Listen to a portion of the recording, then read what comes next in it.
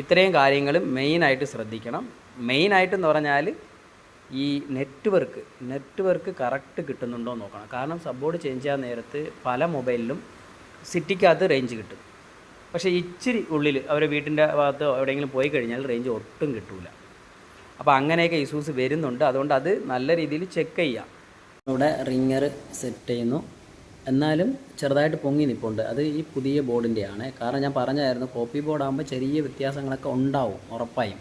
അപ്പോൾ അതൊക്കെ ഒന്ന് കവർ ചെയ്ത് വേണം സെറ്റ് ചെയ്യാനായിട്ട്. അടുത്ത് ഫിംഗർ പ്രിൻറ്റ് സ്ട്രിപ്പ് ഡയറക്റ്റ് തന്നെ പ്ലേറ്റിൻ്റെ പുറത്ത് വെച്ചിട്ട് വയ്ക്കുകയാണ്. അതിന് മുന്നേ സ്ട്രിപ്പുകളെല്ലാം നമ്മൾ കറക്റ്റ് പിടിച്ചിട്ടുണ്ടോ എന്ന് നോക്കുക. അത് മെയിനാണ്. എല്ലാ സ്ട്രിപ്പും കറക്റ്റ് വീണിട്ടുണ്ടോ എന്ന് ഒന്ന് കൺഫേം ചെയ്തതിന് ശേഷം പ്രൊട്ടക്ടർ വയ്ക്കുക.